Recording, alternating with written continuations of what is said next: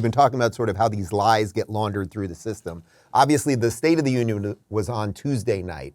And I was fascinated while watching this because, one of the memes these days is that we're all watching the same movie and having wildly different reactions to things. And I saw people that I respect that saw something very different than I saw. So I want to show you one clip of Biden and the way that our politicians and then the media launder the lies. Disrupted our supply chains, and Putin's unfair and brutal war in Ukraine disrupted energy supplies as well as food supplies, blocking all that grain in Ukraine.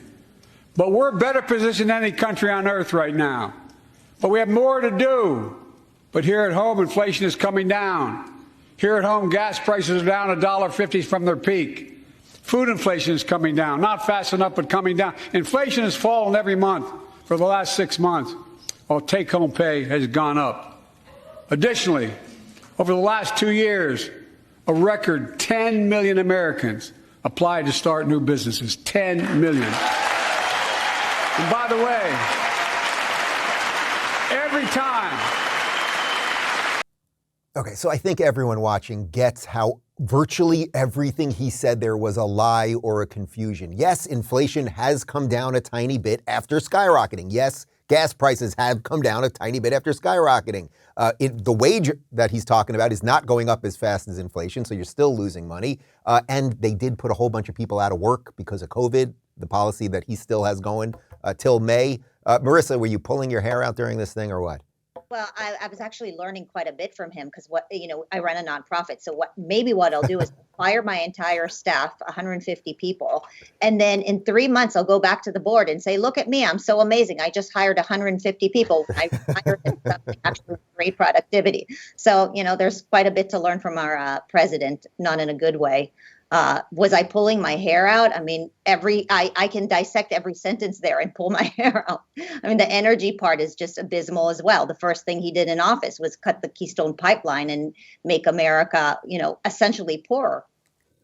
Right. And Viva, he also seemingly, all he has to do for people to basically say it's good is not fall off the stage, right? I mean, basically, as long as his eye doesn't explode, which happened during one of the debates, pretty much everybody's like, my God, he's still got it. I feel bad making this observation, but he reminds me, his facial expressions remind me of my grandmother when she was like 102 years old. It's not normal. It's not healthy. I've said the same thing, yeah. And it's like, people who have seen it know what it looks like.